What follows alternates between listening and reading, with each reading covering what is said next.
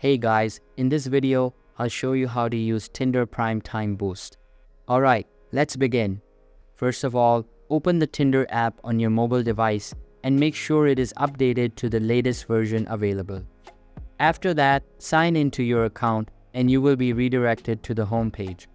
Here, in order to activate the Prime Boost, you just need to tap on the Thunderbolt icon at the right side. Once you click on it, a bunch of plans will be displayed. You can choose the one that suits your needs best.